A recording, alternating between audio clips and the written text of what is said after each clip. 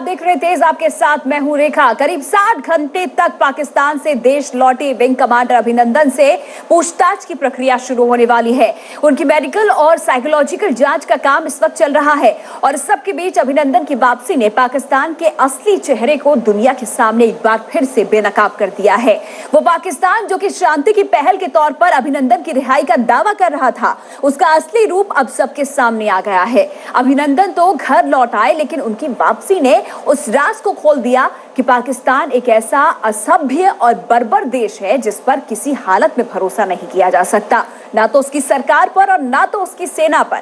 सबसे पहले आपको हम बताने वाले हैं कि वतन वापसी के बाद अभिनंदन से पाकिस्तान में उनकी गिरफ्तारी के हालात की जानकारी लेने की जो तैयारियां हैं वो किस तरीके से चल रही हैं। चलिए देखते हैं इस रिपोर्ट में। उसने पाकिस्तान को उसके घर में घुसकर मारा, पाकिस्तान को दिया वो सबक जो याद रहेगा हमेशा। वो विंग कमांडर अभिनंदन अब अपने देश लौट चुके हैं। आखिरी वक्त में पाकिस्तान की लाख पैंतरेबाजी को पीछे छोड़ते हुए जब अभिनंदन ने वाघा बॉर्डर पर बनी लकीर को लांघा तो पूरे देश ने राहत की सांस ली। देश लौटने के बाद अभिनंदन को सीधे एक विशेष विमान से दिल्ली लाया गया, जहां बीती रात सबसे पहले उनकी अपने माता पिता और पत्नी से मुलाकात करवाई गई। वो परिवार जिसने बीते 60 घंटे में साहस का अद्भुत परिचय दिया, अपने लाडले के पाकिस्तानी चंगुल में फंस जाने के बावजूद उन्होंने धीरज नहीं खोया। विंग कमांडर अभिनंदन सबसे पहले पालम एयरपोर्ट पर अपने परिवार से मिले। उन्होंने अपनी मां, पिता, पत्नी और बेटा बेटी को गले लगाया। अभिनंदन के पिता रिटायर्ड एयर मार्शल हैं। एयरफोर्स के अधिकारी पालम से उन्हें सीधे दिल्ली के रेफरल हॉस्पिटल ले गए, जहां रात के समय ही उनकी शारीरिक जांच की गई। अभिनंदन की मेडिकल जांच में सबसे पहले ये देखा गया कि उनके शरीर या अंदर पाकिस्तानी एजेंसियों ने कोई बग या चिप तो नहीं लगाया है। इसके बाद उन्हें आराम करने के लिए भेज दिया गया।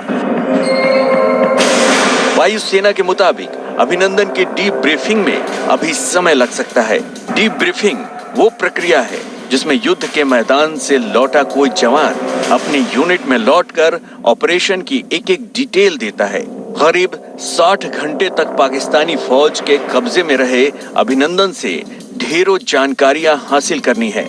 साथ ही पहली बार देश को उस ऑपरेशन के बारे में भी पता चलेगा जब उन्होंने पाकिस्तानी F-16 लड़ाकू विमान को खदेड़ते हुए मार गिराया था। सूत्रों के मुताबिक अभिनंदन के मानसिक और शारीरिक तौर पर पूरी तरह फिट होने और सामान्य स्थिति में लौटने के बाद ही ये प्रक्रिया शुरू हो पाएगी। जब भी ये प्रक्रिया शुरू होगी उसमें रॉ, IB, मिलिट्री इंटेलिजेंस, वायुसेना और विदेश मंत्रालय के अधिकारी मौजूद रहेंगे। कई सवाल हैं जिनके जवाब मिलने बाकी हैं, जिनका इंतजार सरकार और सेना के साथ साथ पूरा देश कर रहा है।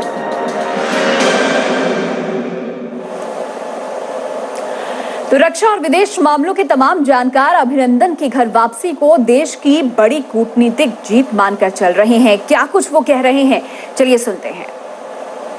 पाकिस्तान ने इसकी हैंडिंग टेकओवर को किया कल, वो बड़ी शर्मनाक है। पाकिस्तान ने एक ऐसे ओकेजन को बजाय ग्रेसफुली कंडक्ट करने के लिए बड़ी डिसग्रेसफुली कंडक्ट किया और जो उन्होंने दर्शाया दुनिया को, वो एक किस्म से कम्प्लीटली मौकरी है और शराड़ है, जिसके लिए पाकिस्तान की कड़ी निंदा होनी चाहिए। ये वीडियो जो है इस माफी का बनाना कम्प्लीटली जिनेवा कन्वेंशन के खिलाफ है। उस वीडियो में साफ तौर पे नजर आता है कि ये वीडियो बड़ी बुरी तरीके से डॉक्टर्ड है, एडिटेड है और वो हिंदुस्तान को कंडेम कर रहा है और हिंदुस्तान के मीडिया को, जबकि जब वो उतरा था उसने साफ तौर पे क्वेश्चन को आंसर करना बंद कर दिया था कि ये सवाल जो है जिनेवा कन्वेंशन के अनुसार नहीं और मैं इसका जवाब नहीं दूंगा। वही आदमी अगर बाद में हिंदुस्तान अपने देश के खिलाफ बातचीत कर रहा है और मीडिया के खिलाफ बातचीत कर रहा है, साफ तौर पे नजर आता है कि इस वीडियो को बहुत बुरी तरीके से एडिट किया हुआ है और डॉक्टर किया हुआ है। जो हमारे एक्सपर्ट्स हैं उन्होंने कहा इसमें तकरीबन 20 जगह कट करके दोबारा जुड़ा हुआ है। ये बहुत बड़ी डिप्लोमेटिक जीत है, छोटी मोटी नहीं, बहुत बड़ी जीत है। एक तो सबसे बड़ी बात ये, सन 71 के बाद पहली दफे भारत के फाइटर प्लेन्स वहाँ गए और वो भी खैबर पख्तूनख्वा तक पख्तूनख्वा तक पहुँचे, वहाँ जाके ध्वस्त किया इनके आतंकवादी कैंप को, वापस आए, किसी को क्षति नहीं हुई। ये एक बहुत बड़ा मैं समझता हूँ ऑपरेशन हुआ है।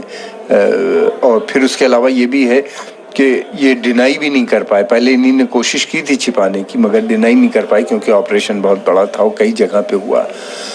तो ये एक फिर उसके बाद इन्हीं ने कोशिश की, अगले दिन जो कोशिश की जिसमें इन्हीं ने अभिनंदन को जेट को गिरा दिया और वहाँ पे वो उसको अरेस्ट कर लिया, तो इन्हीं ने सोचा उसको हम इस्तेमाल करेंगे, लेकिन उसको भी नहीं कर पाए क्योंकि इंटरनेशनल प्रेशर आ गया कि आप बंद कीजिए ये सब चीज़ें।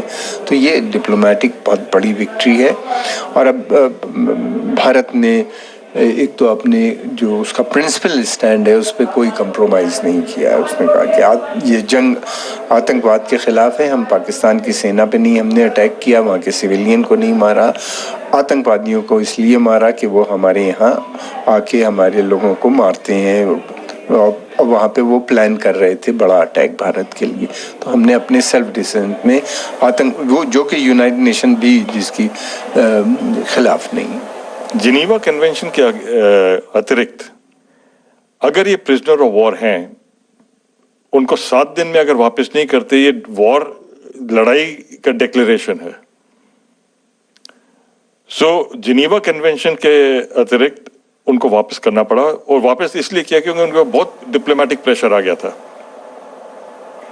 जिनेवा कन्वेंशन ही एक